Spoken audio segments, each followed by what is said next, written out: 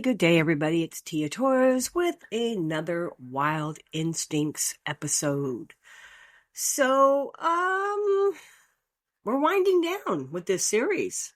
We've filmed the movie and did what we had to do, and it's time for us to head back to the U.S. Even though I was excited about going home, I mean, after all, I had 2 kids, right? I had a dog rescue to attend to. It was still very sad to leave. I had grown very, very fond of Sri Lanka.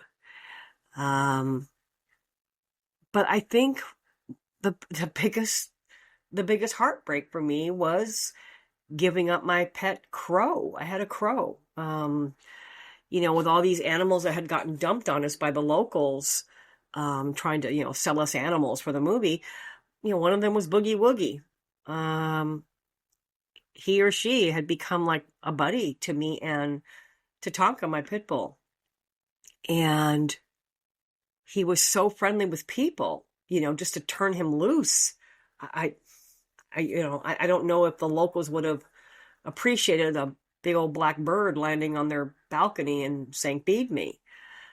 So we did. Myself and one of the other employees, or one of the trainers, actually had taken on a squirrel. It was a black squirrel. They were black there. And he too wanted to bring the squirrel back with him. And of course, we knew they weren't going to let us. So I ended up giving my crow to my quasi-boyfriend, Jeffrey. He loved animals, though. He did love animals. But that's what could I do? These weren't animals that we asked for. These were animals that were put upon us. So we're getting ready to pack up, and it's a lot. And we started, when I say we, the trainers, started to detect there was some drama going on with our production company, our boss, which was Brian McMillan, something going on. And it went on for a couple of days, and we're like, what's happening here? You could feel the rumblings. And we find out that we can't leave. Apparently in some tabloid newspaper or something they had there at the time, some reporter had put out a fake photo, as in it wasn't us. I believe it was like a black leopard, of it being like caged in like horrific conditions. I mean, it wasn't ours. And so then we started getting accused of animal abuse. And so they wanted to do like this big investigation, and they held us up. They weren't going to let us go. Thank God, now we're being held hostage. Of course, we were able to, clear it up.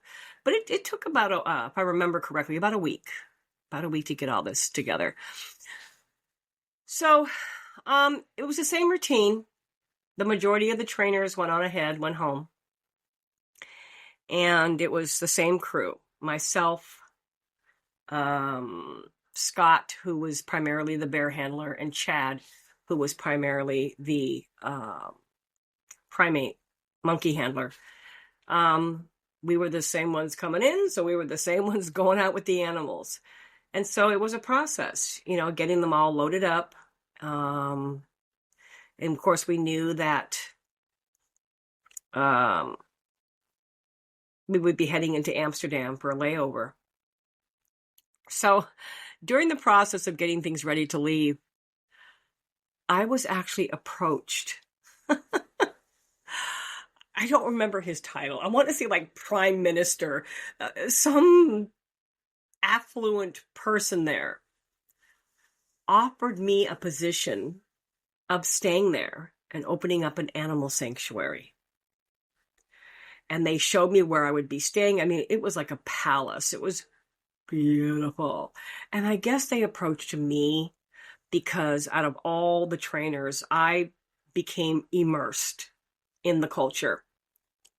And of course, dating Jeffrey, who was the country's animal expert, wildlife expert, they thought, oh, okay, this lady probably would work it out here. But it was like, of course, it was like this beautiful piece of property with this palace. I mean, it looked like a palace. And I was like, wow, would my kids do well here? That's the first thing I you got to think about. And I wanted to do it so bad. I loved it there. I really did. But of course, I had 2 daughters to get home to. But yeah, maybe I would have been a princess or something by now. I don't know. A queen. So anyways, we did our thing, and we packed up, and we were, like I said, one of the final group to go, and got back into Amsterdam. Now this time in Amsterdam, I was smart. I unloaded Tatanka from her crate at the airport because we had an overnight layover there. And I went straight to the hotel, did not in a taxi. Did I mention that the taxis were Mercedes-Benz? Yeah, I can't remember if I told you that.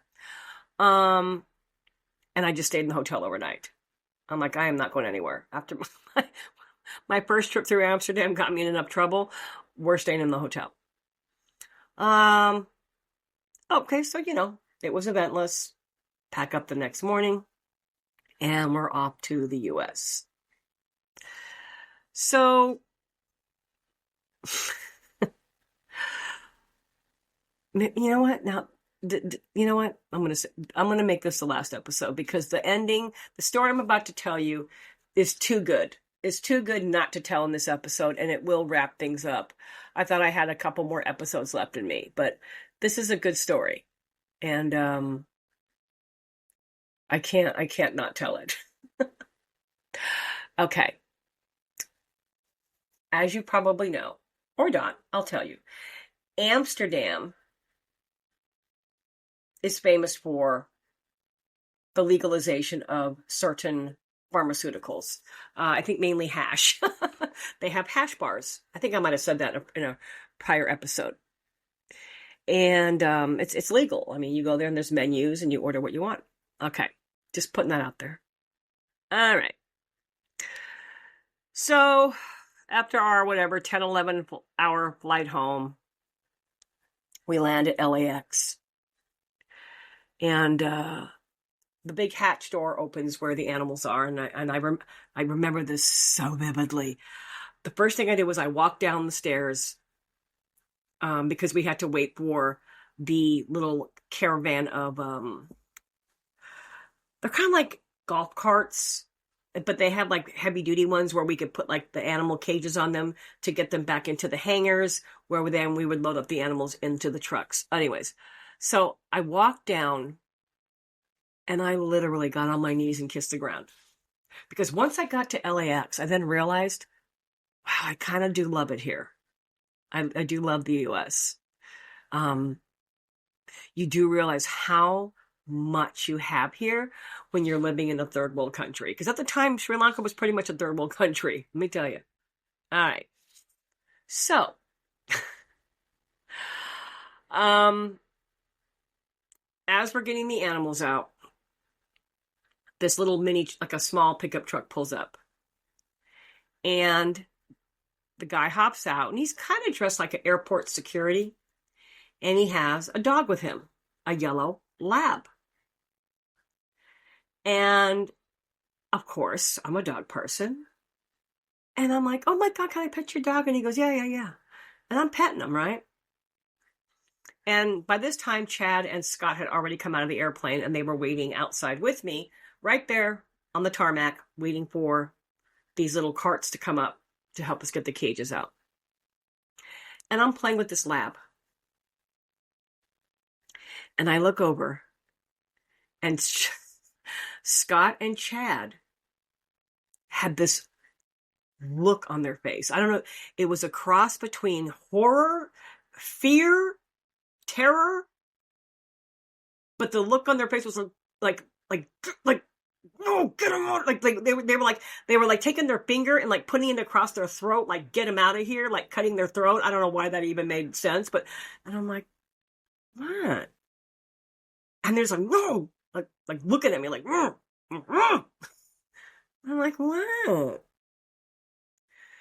And so I'm just, and of course now people are gathering. The airport employees are gathering because now they're starting to bring the animals out in the cages. So it's pretty, impressive. So of course this airport security guy's sticking around, and I'm just petting his dog and hanging onto his dog. And I look over and Chad is giving me the dirtiest look. Like, you need to leave him alone. I don't know how I'm thinking that's what his face was saying to me, but it was like a mean face. So, as the animals start to come out, I'm like, okay, I got to go now. But, security guy stuck around. And of course, when the animals are brought down, the dog is getting more inquisitive because, oh my God, there's all these animals. So the dog is like, like barking and being very inquisitive again. So eventually we get the animals out and they're all loaded onto these little, like trolley things. And we start to convoy over to the hangars where the awaiting pickup trucks from our fellow trainers who had flown ahead of us are there waiting to pick us up. And we get back over there and get them loaded up, and airport security, it's a different set of employees at that point. And Scott and Chad come over to me and they said, "Are you serious? Did you not see the message we were trying to give you?" And I'm like, "Yeah, what was that all about?" Now, mind you guys, I was a new trainer in this capacity. So I'm feeling very vulnerable. Like, what did I do wrong, And they go around to the side of the pickup. They're like, "Come here." And Chad lifts up his shirt. Just like in the movies. He had a bunch of hash taped to his stomach. I mean, personal use, nonetheless. I'm like, oh my God. Oh my God. And then Chad pulls out his passport and he flips it out and he goes, "Look at the last 2 stamps from countries I've been to." I'm like, okay. Well, one, of course, was Amsterdam. And Sri Lanka was on there, but Amsterdam. And then the one before that was Colombia. I'm like,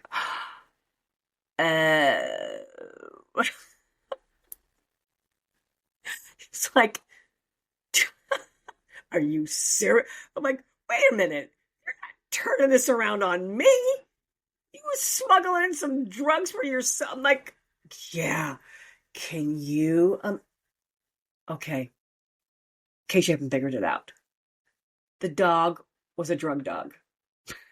That's why they were panicking. I didn't even notice that it said it on the side of the guy's truck. It was a drug dog.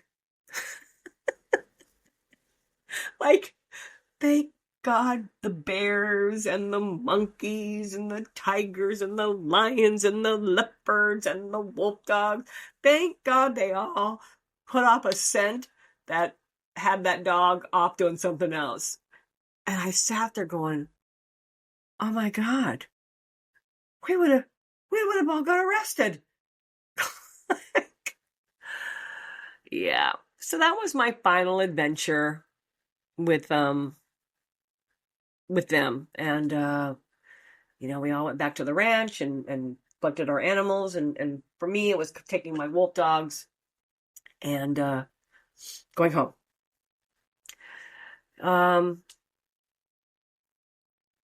To this day, like I said, I still regret missing Mariah's first day of kindergarten. But that job catapulted a career for me at that point. I started getting hired, working actually with my pit bulls more than my wolf dogs.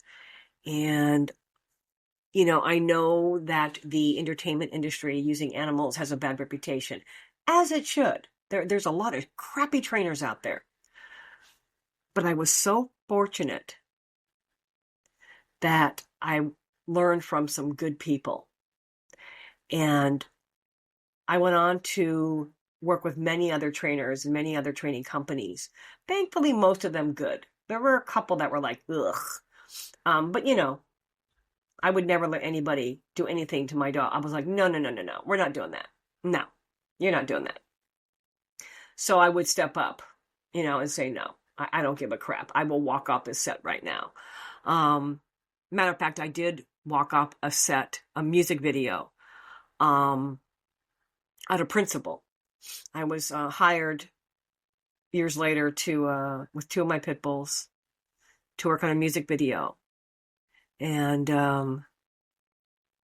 when I was hired, I was told it was a rock music. I'm like, okay. And the way the woman pronounced, I said, who's the singer? And she goes, Demex. I said, Demex? I've never heard of Demex, but okay. And when I get there, the first thing I notice is that it's an entire black crew. Like all the extras were, everybody was black on the set. Everybody. As in like, African American, black. And I'm like, this is like a rock video, There's not any scraggly, long-haired white boys running around. And then I'm like, wait a minute, this looks kind of like a rap video, And I had worked on a lot of rap videos, okay, because I had pit bulls, so I could tell. And I asked one of the producers when I got there. I was only there for like an hour, and I said, "Who's the singer?" And they said, "Oh, DMX." I said, DMX. DMX. I said, as in the dog fighter, the guy that got busted for dog fighting a couple of times. And I told the producer, who was a very nice guy, by the way, and I said, I can't be here. I'm not doing this job. And, he's like, wait, what? I said, I'm out of here. And I left. So, but again, working in Sri Lanka did catapult a nice career for me for quite a while. My dogs had a blast. I was known as the girl with all the red pit bulls. I had an entire red pit bull team. I also did a lot of porn. Yes, you heard correctly. Porn as an adult entertainment. Not me, okay? And not in the way you think with my dogs, all right? So get your mind out of the gutter. But I had this, and I think I've talked about this in another podcast, where I